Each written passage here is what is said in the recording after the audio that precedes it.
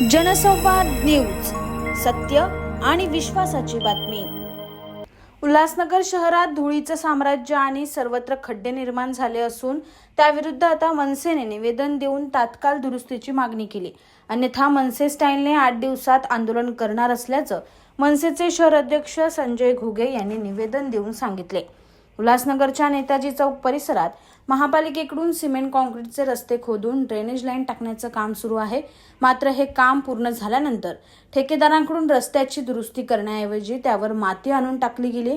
त्यामुळे सर्वत्र धूळ आणि खड्ड्यांचं साम्राज्य निर्माण झालंय। आता याविषयी मनसेने महापालिकेला निवेदन देऊन दुरुस्तीची मागणी केली। उपशहर अध्यक्ष शैलेश पांडव यांनी आज रस्त्याची पाहणी करून महापालिकेला इशारा दिलाय। निवडणुकी अगोदर आम्ही आयुक्त साहेबांना भेटलो होतो, ढाकणे साहेबांना, आणि त्यांना याची कल्पना दिली होती की शहरात जे अंडरग्राऊंड ड्रेनेजच्या नावाखाली जे शहरात ठिकठिकाणी जे खड्डे खोदून ठेवले आहेत त्याबद्दल त्यांचं आम्ही लक्ष वेधलं होतं। पण त्यांनी सांगितलं की आता 1 महिन्यात आम्ही काहीतरी व्यवस्था करतो, आणि त्यानंतर इलेक्शन लागलं, आचारसंहिता लागली, ठीक आहे, आचारसंहिता लागली वगैरे आम्ही समजू शकतो।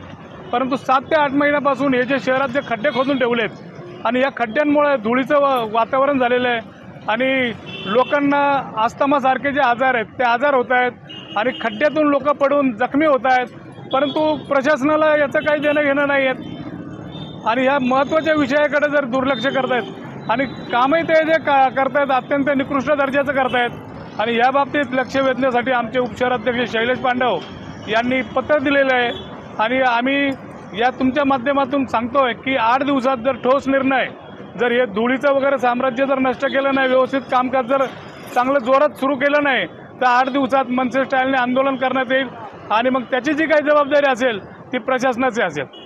देखो, विकास के नाम पे तो विनाशी हुआ है शहर का। 13 किलोमीटर का अपना शहर है और 1300 करोड़ रुपए अभी तक आ चुका है, तो 1 किलोमीटर को 100 करोड़ रुपया, अगर यही 100 करोड़ रुपए अगर लोगों को बोले कि अगर डेवलप करो तो 1 किलोमीटर में कितना डेवलप होना चाहिए। मगर ऐसा कुछ डेवलपमेंट अपने शहर में दिखता है क्या? नहीं।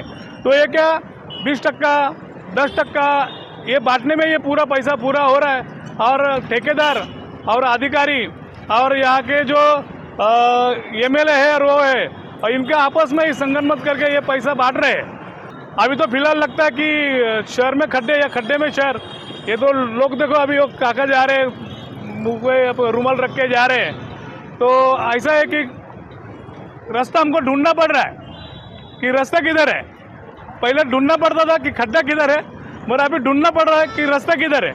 ऐसे नौबत अपने शहर में है। सध्या आपण उल्हासनगर शहरात पाहिलं तर सर्वीकडे धुळीचं साम्राज्य पसरलं आहे। म्हणजे नक्की धूळ आहे काय फॉग आहे की असं पूर्ण उल्हासनगर शहराच्या एंट्री गेटवरती welcome to fog city Ulhasnagar असं लिहायचं आमचा चाललाय प्रयत्न। कारण की सगळीकडे जिथे जातो तिथे फक्त धुळीचं साम्राज्य आहे। म्हणजे आपण जे रस्त्याची कामं चालू आहेत किंवा अंडरग्राऊंड ड्रेनेजची कामं चालू आहेत ते शहराला प्रगतीपथावर नेण्यासाठी चालू आहे की शहराच्या नागरिकांचं आरोग्य धोक्यात घालण्यासाठी चालू आहे हेच मुळात आम्हाला कळत नाही। कारण की जिथे जिथे कामं चालू आहेत तिथे शाळा आहेत, हॉस्पिटल आहेत, हॉटेल्स आहेत, तर ह्या धुळीमुळे अर्धी पूर्ण माणसं आजारी पडतात आहे। त्याच्यानंतर आमचे जे रिक्षावाले आहेत, 2 व्हीलर 4 व्हीलर यांच्या कारचं किंवा यांच्या वाहनांचं एवढं म्हणजे मेंटेनन्स निघतं, त्या मेंटेनन्सचा खर्च देणार कोण? रिक्षावाले धंदा करणार काय, मेंटेनन्स करणार काय? म्हणजे ह्या गोष्टीवरनं पूर्ण शहराचं अर्थकारण बिघडलं आहे। शहरात येणारे जे व्यापाऱ्यांकडे येणारे जे कस्टमर आहेत ते कस्टमर येण्याचं प्रमाण झालं आहे। मुळात दिवाळीसारखा सण पण व्यापाऱ्यांचा आमचा थंड गेलेला आहे। तर तुमच्या माध्यमातून मी उल्हासनगर महानगरपालिकेच्या आयुक्तांना आणि प्रशासकांना एवढीच विनंती करतो, वजा एक इशारा देतो, जर हे धुळीचं साम्राज्य 8 दिवसात तुम्ही शमवलं नाही तर येणाऱ्या पूर्ण जी काय म्हणजे परिणाम असेल त्या परिणामाला पूर्ण उल्हासनगर महानगरपालिका प्रशासन जबाबदार असेल। प्रशासन जोपर्यंत म्हणजे माझं बघणं आहे आयुक्त साहेब जे आले त्यांनी कॅबिनमधून बाहेर पडावं, शहरात फिरावं, लोकांच्या त्रासाचं जे काय आहे ना ते त्यांनी सामोरं जावं आणि लोकांना फेस करावं। कॅबिनमध्ये बसून अधिकाऱ्यांना ऑर्डर्स देऊन काही होत नाही। कारण तुमचे अधिकारी सक्षम असते तर शहरात जो विल्हेवाट लागली आहे ना ती वाट लागली नसती। फक्त हा निव्वळ कुठेही विकास न होता शहराच्या नागरिकांना द्यायचा त्रास फक्त त्या प्रशासनाच्या वतीने चालला आहे। मी जे आता नवनिर्वाचित सगळे आमदार आहेत, काल त्यांच्या आमदारांची बैठक झाली आयुक्त दालनामध्ये, काय चर्चा झाली आम्हाला माहिती नाही, पण मी त्या आमदारांना विनंती करतो की त्यांनी आयुक्त साहेबांना, प्रशासनाला पूर्ण कडक इशारे ताशेरे द्यावे आणि काम करण्यासाठी त्यांना सांगावं. महाराष्ट्र नवनिर्माण सेना नागरिकांसाठी लढत आहे. राजसाहेब प्रत्येक नागरिकांसाठी लढत आहोत. आम्हाला EVMनी नाकारलं आहे, नागरिकांनी नाकारलं नाही. त्याच्यामुळे नागरिकांसाठी आम्ही रस्त्यावरती उतरणार. ह्या ज्या गोष्टीचं ह्याचा पूर्ण जबाबदार पालिका प्रशासन आहे, ठेकेदार आहे, सगळ्यांची मिलीभगत आहे. मला वाटतं याच्यात सगळेच मिलीभगत आहे की यांना शहराच्या नागरिकांच्या आरोग्याशी काहीच देणं घेणं नाही.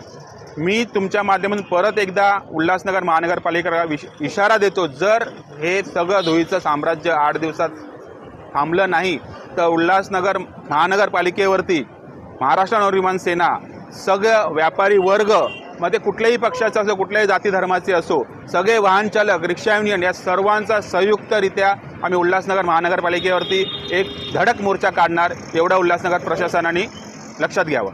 आकाश सहाने, जनसंवाद न्यूज, उल्हासनगर. जनसंवाद न्यूज, सत्य आणि विश्वासाची बातमी. आजच सबस्क्राईब करून बेल आयकॉनला क्लिक करा आणि पहा ताज्या घडामोडींचा अचूक अंदाज आपल्या मोबाईलवर.